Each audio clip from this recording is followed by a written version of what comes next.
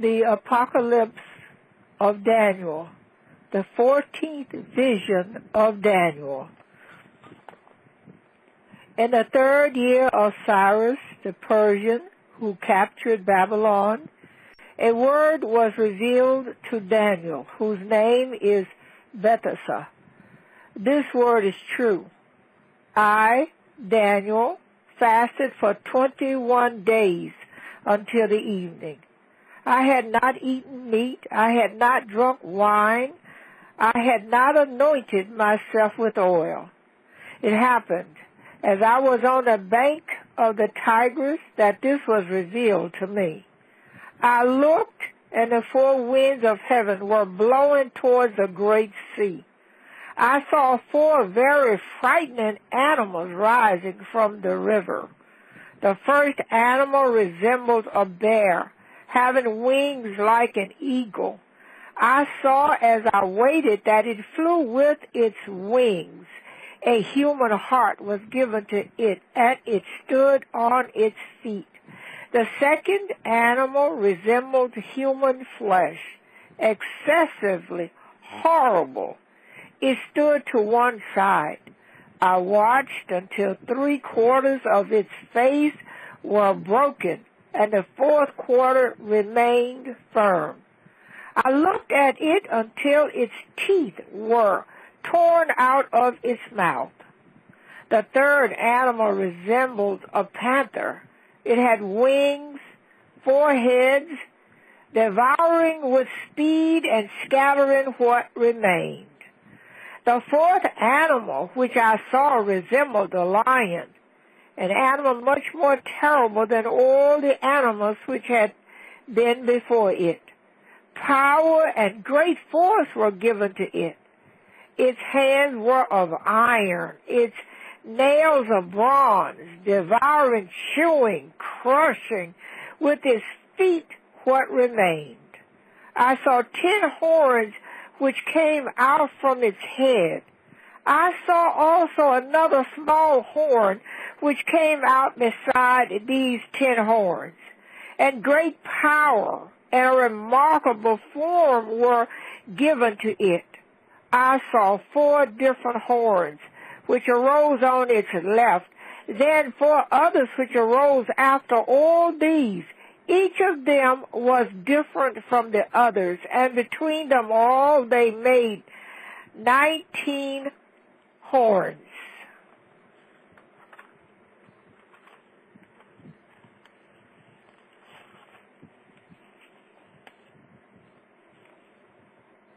And I heard a voice which said to me, Daniel, do you understand what you saw? But I said, how can I understand if nobody guides me? I looked and I saw an angel of Yahuwah standing on my right. Its wings were extremely bright. I was afraid and I fell to the ground. The angel seized me, made me stand on my feet, and said to me, stand on your feet so that I can proclaim to you what will happen in the last days. The 4 animals which you saw are 4 kingdoms. The animal that you saw, similar to a bear, is the king of Persia. He will possess the land for 555 years. Then he will perish with his kingdom. He will not be powerful for always.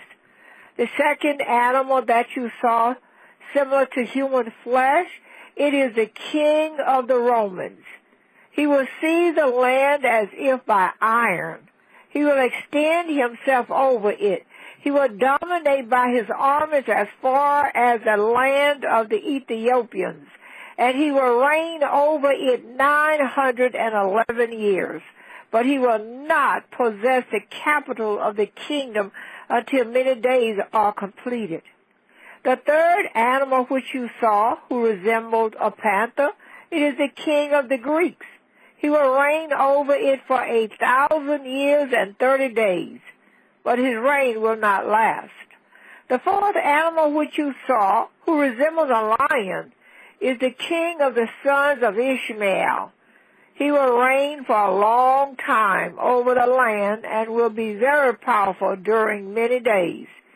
This realm will be of the race of Abraham and of the slave of Sarah, the wife of Abraham. All the cities of the Persians, the Romans, and the Greeks will be destroyed. 19 kings of this race among the sons of Ishmael will reign over the land. They will reign until the time of their end. The 10th of their kings will be like a prophet. The number of his name is 399. He will practice justice, will give bread to the famished, clothing to those which are naked.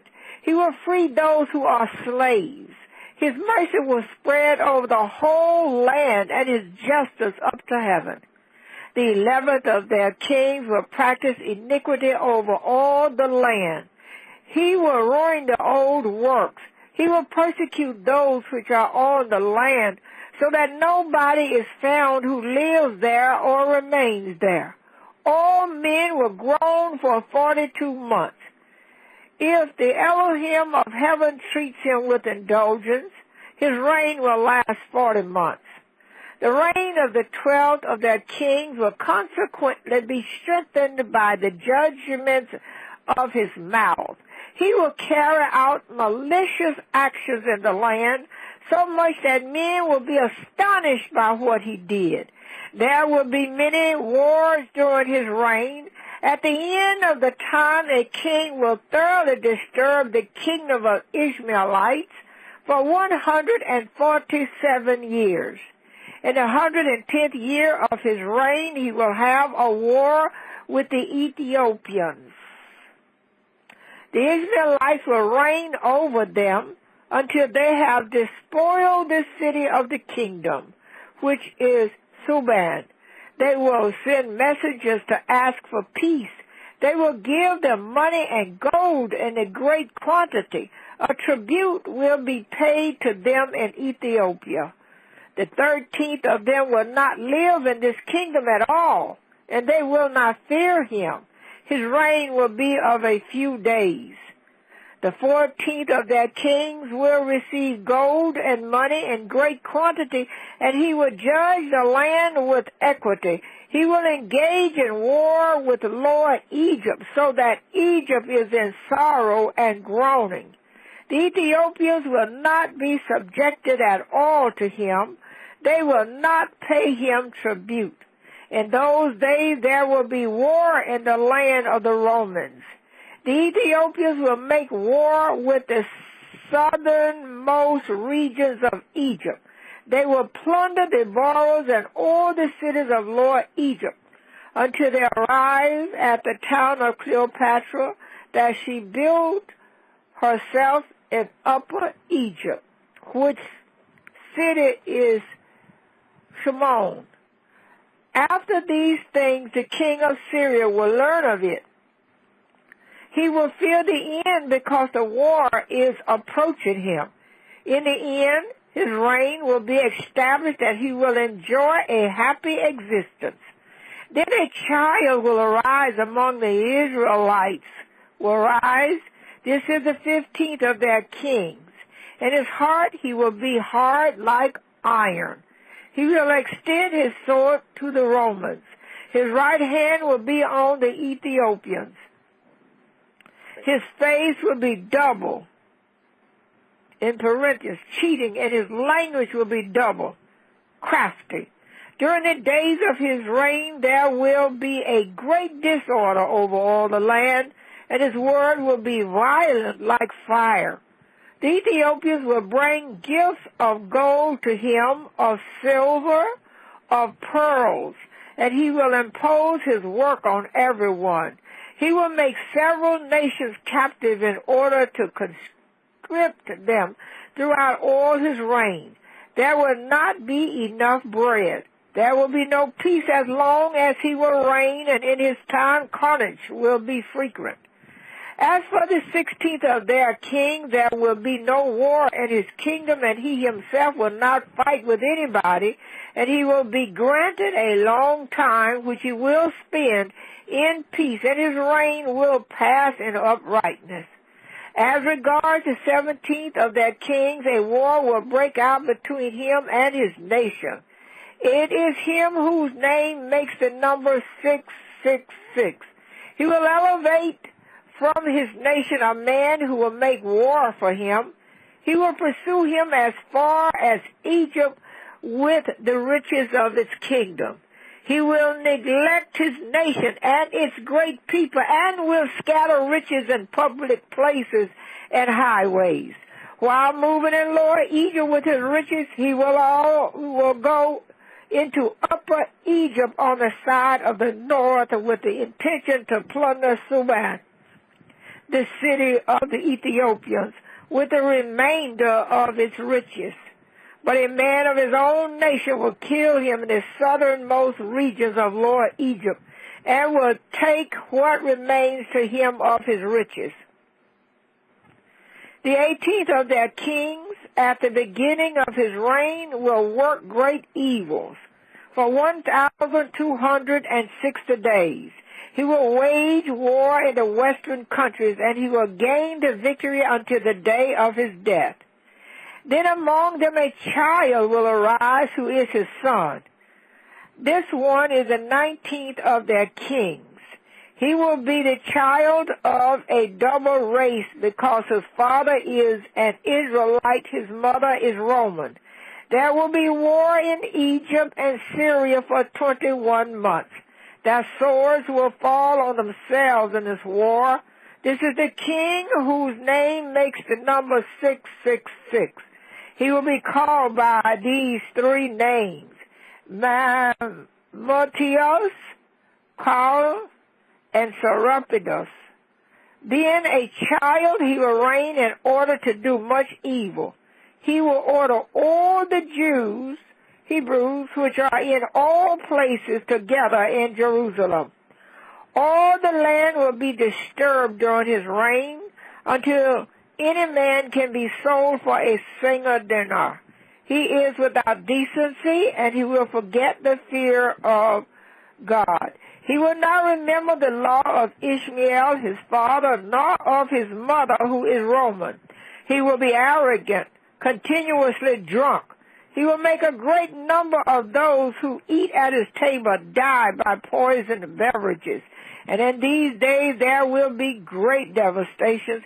He will free Syria and the territory of Jews, Hebrews, and will torment the east and Egypt. He will establish carriers of letters in Egypt 2 and 3 times in only 1 year. The east will be against itself in this reign, which will be the 19th. He will seek neither justice nor truth, but he will seek gold all the time. He will establish managers in the regions of Africa and a great quantity of soldiers.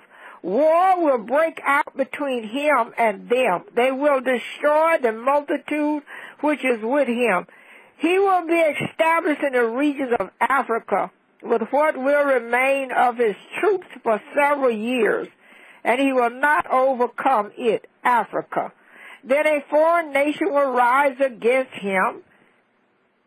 It is called Tigris, the Turk. It will make war on him. Serapidus will dominate over many Romans, over Pentapolis, over the Medes. From them all he will take a tribute, and will command their cities, and will plunder the city which he built in regions that his father had gathered. The Turk will prepare for war to remove the kingdom from the hands of Serapidus. Hitherto Serapidus remained at home. He was looking for spoils, because Serapidus had great riches before his eyes, gold, silver, all kinds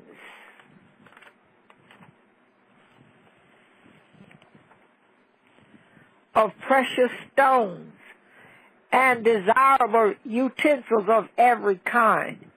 But it will be proclaimed to him that the Turk has made himself master of all Syria and his borders, and he will go out in great disorder with all his troops.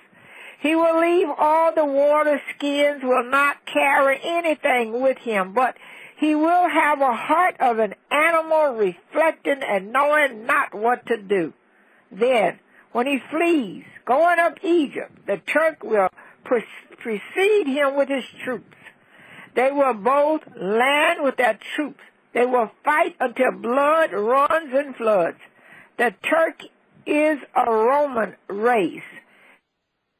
Be war as Eshmael the city until the water of the river is changed into blood because of the great quantity of souls wounded to death. No one will be able to drink the water anymore. Many men will die by the sword, uncountable. Those who remain will plunder their own country from where they left. The Turk will make Cyrus perish in order to remove his kingdom from him, for fear he will not obtain the kingdom of the Ishmaelites, but this is here the end of their number. Then the king of the Romans will rise up against them. He will destroy them by the edge of the sword in the middle of the Ishmaelites, in the territory of their fathers in the desert. The Ishmaelites will be governed always by the Romans. The Romans will dominate over Egypt for 40 years. Then 2 nations will rise by the name of Gog and Magog. They will shake the ground for several days. Their number is as great as the grains of sand. Then Antichrist will appear, who will deceive many of them. When he is strengthened, he will seduce even these elect. He will kill the 2 prophets, Enoch and Elias, so that for 3.5 days they will be dead in the public places of the great town of Jerusalem. Then the Ancient of Days will bring them back to life. It is he whom I see coming with a cloud from heaven, similar to a son of man. His power is an eternal power, and his reign will have no end. It is he which will put Antichrist to death, and all the multitude which is with him. There will be misfortune then, in truth, to any soul who will live in that time over all the land, because there will be iniquity, a great affliction and groanings, but the salvation of man is between the hands of God in heaven. This is the end of this speech. The angel said to me, Daniel, Daniel, conceal these discourses. Seal them up until the time when they will be fulfilled, because that is the end of all. I, Daniel, I arose. I put a seal to the discourse and sealed them. I will glorify Elohim, the Father of all things and the Master of the universe, he who knows the dates and times. To him be glory and power forever. Amen.